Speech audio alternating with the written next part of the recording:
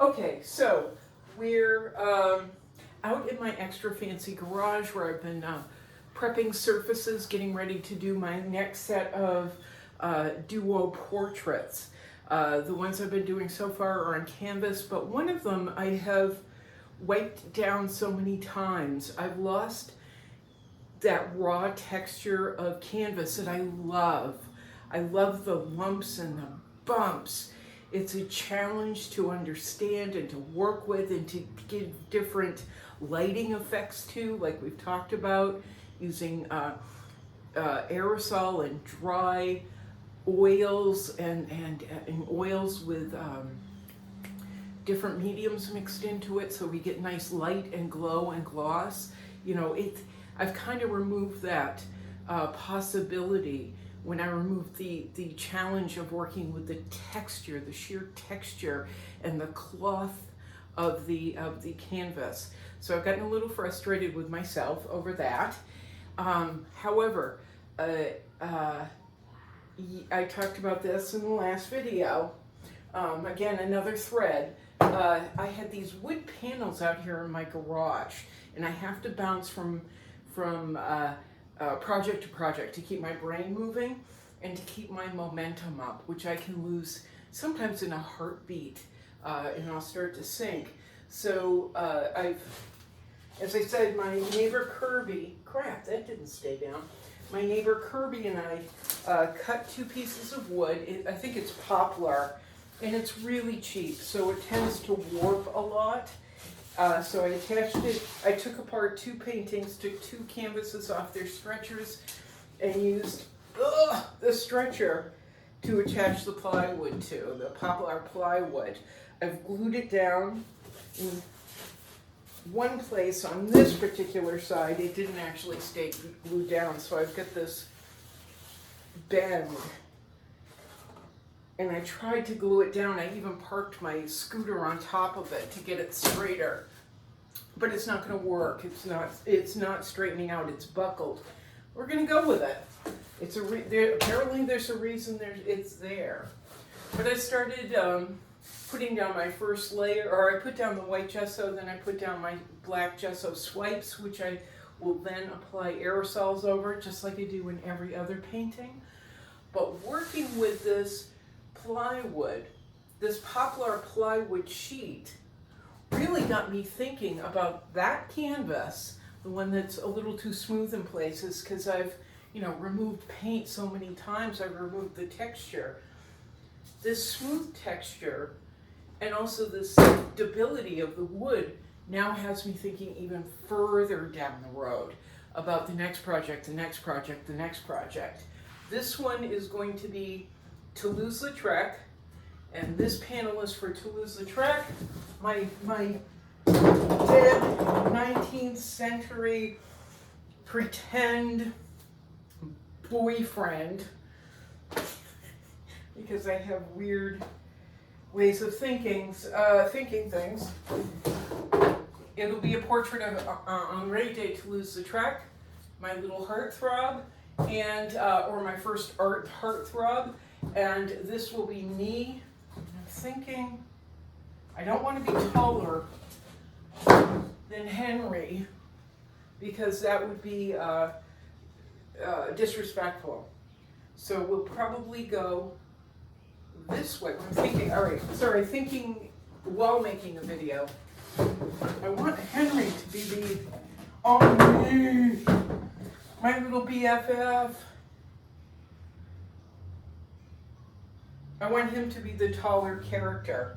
I want him to be the focal point, not me. In this particular, when I go to do this self-portrait sort of piece, it's actually going to be with my back, using a reference material where my back is to the camera.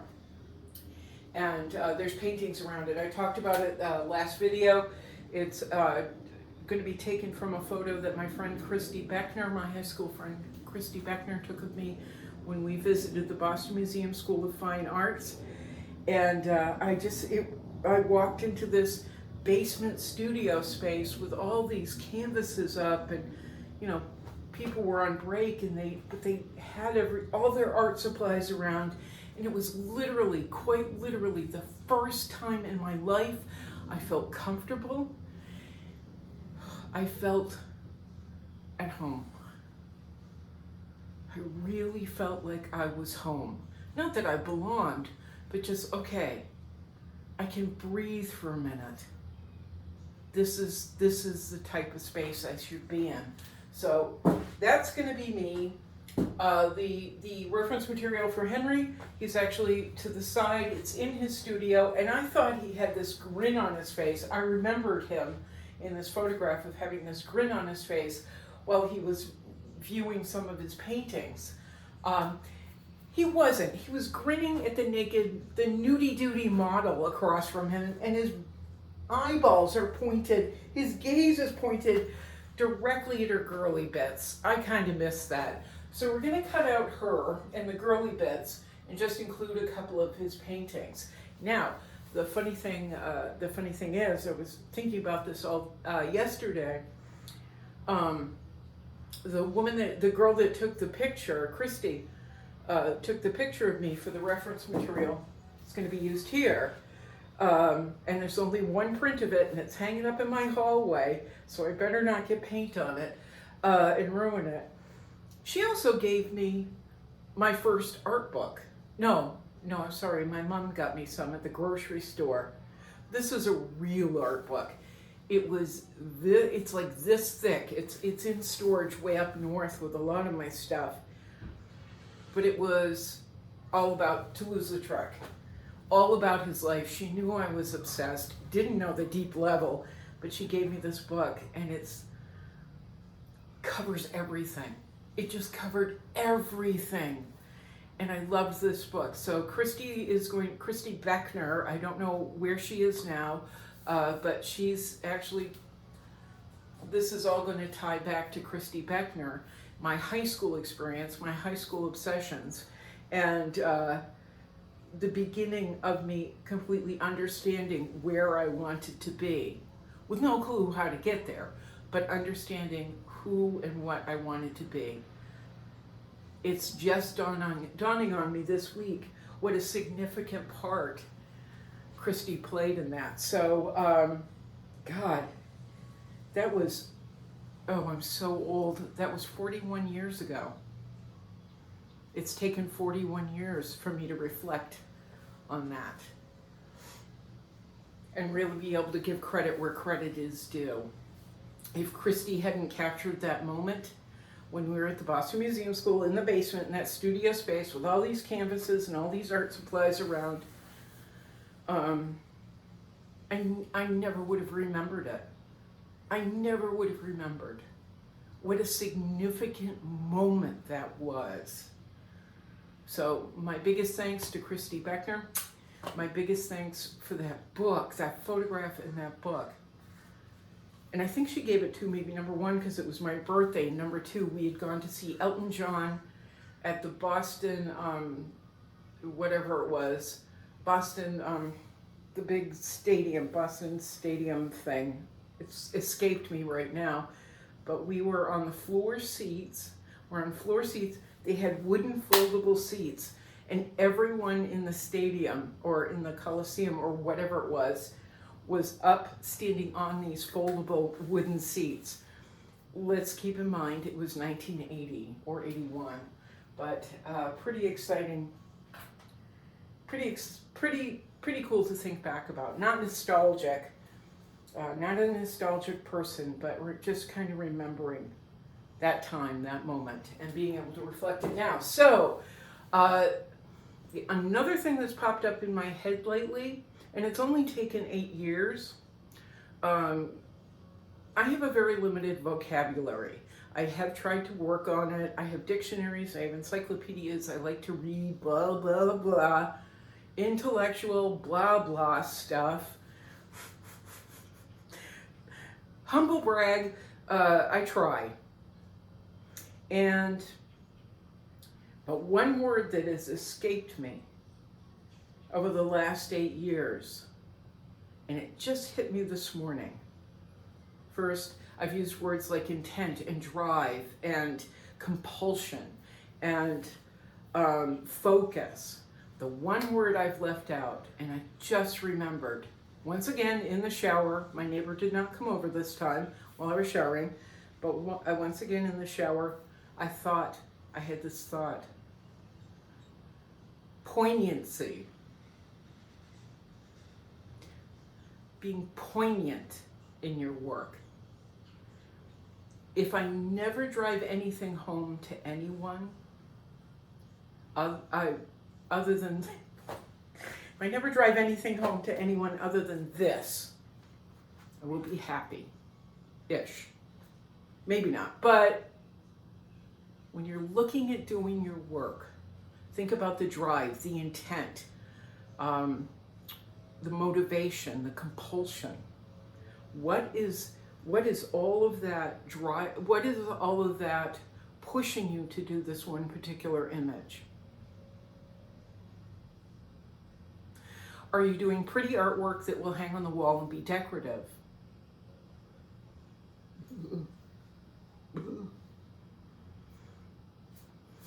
Which has its place, which definitely has its place.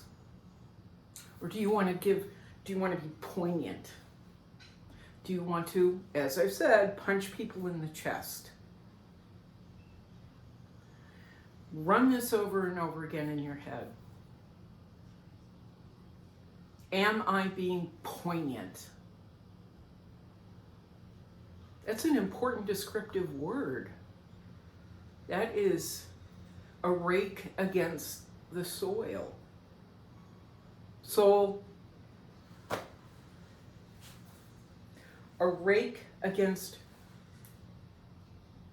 the soul. Everything that we talk about, all the letting the energy flow and the materials talk to you, and surfaces speak to you, and the reference material, hearing the reference material, not just seeing it, hearing it. What is the reference material? What does it want you to hear? How do you lock into it? How do you think on another level?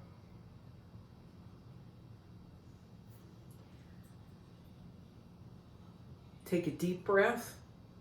Breathe all that energy in. Clear out everything you think you know, everything you've relied on to get you by, to let you coast, and that's frustrated you. Look at the reference material and feel the poignancy radiating out at you. Just take a breath. Just take a breath. Hold it. Feel it. What is the poignant message? What is the poignant brushstroke? What is the poignant color or colors? Feel the poignancy in the reference material. And that's going to be my big suggestion of the day. Now I got to hop on my little scooter, the one that is literally being held together with tape and sitting right there, the one that could not flatten out this surface for whatever reason. And I got to get down to the art supply store, pick up some more gesso, because literally I've got a drop.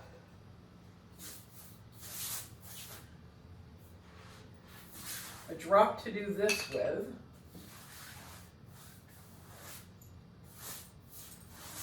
In prepping my canvases, I'm going to go a little bit further since I have a tiny bit more. I'm literally scraping the bottom.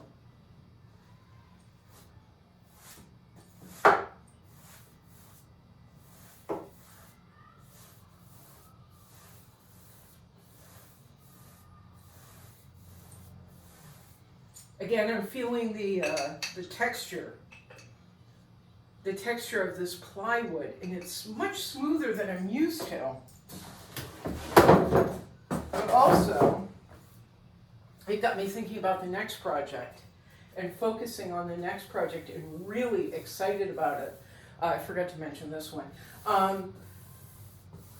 The next piece, the next duo set, is going to be Gwendolyn Brooks and me, the poet Gwendolyn Brooks. Once we get done with Dead Boyfriend, Dead Obsession, I'm going to go to Gwendolyn Brooks. Gwendolyn Brooks was a poet. Actually, she may still be alive, but I don't think so. I don't know. I really enjoy her. I enjoy her poetry, but she is also like Henry. Henri. She was the first person to make me feel an art. She made me feel poetry. I'm a big lover of Shakespeare. I adore Shakespeare. Like obsessively, to lose the Trek level, love Shakespeare so much, especially Hamlet. It's my favorite play, even more than Mr. Roberts, which I also love. But Gwendolyn Brooks got me to feel poetry. The first time I read her or heard her poetry read was in a college when I was about 30 years old. We had to read the poem. What is that? Oh. We had to read the poem, We Be Cool, or We Cool. I think it's We Cool. You'll have to look it up. It's very short. It's a brilliant poem. And it feels like, okay, that's totally dry now. The jar, I have nothing left, no gesso left. We had to read it for this college class, and it was an adult college class. So it's all adult, and it was mainly women. I think it was one guy in there. It was all desperate single moms and white women in this classroom. And this one guy that I vaguely remember. And we read this poem, We Cool, and I should have pulled it up before I started this or thought of talking about it. Anyway, we read it, and there was a sound and a particular rhythm that drew me in.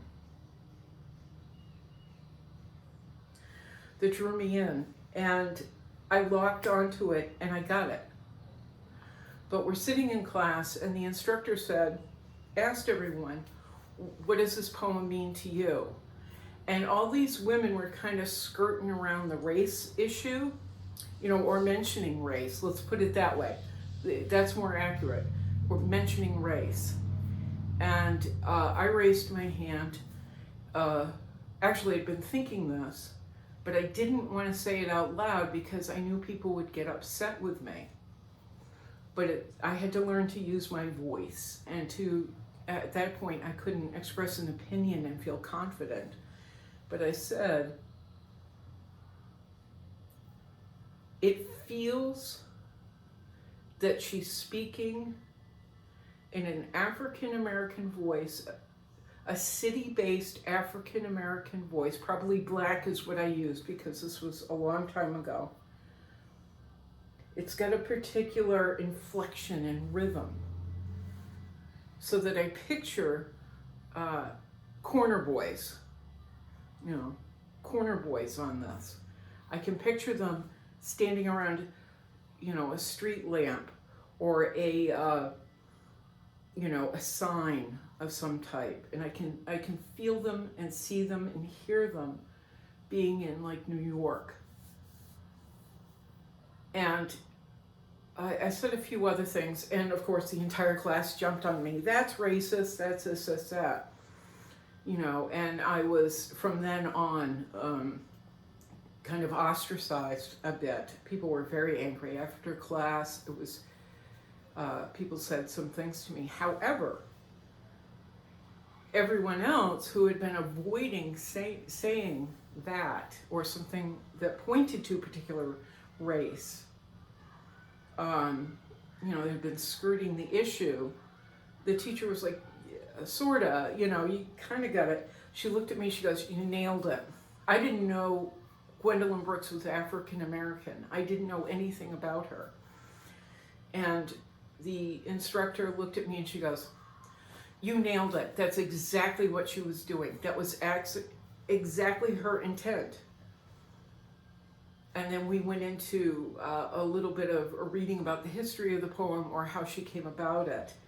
And although the other people in class didn't appreciate what I had said, unfortunately, I felt it. I felt the poignancy of the poem. And so ever since then, I have striven, I've done something to try and find poetry that hits me with that same poignancy. And usually it doesn't. It just feels fluffy and decorative.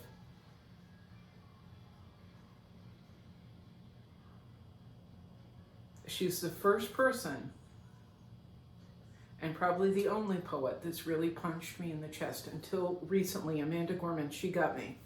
She has that Gwendolyn Brooks quality where it's punched to the chest, drive, intent, poignancy. All right, I'm going to leave it at that. And it's almost 22 minutes. Let's do our Maxwell moment before I forget again. Sorry, Max, honey, I didn't forget you.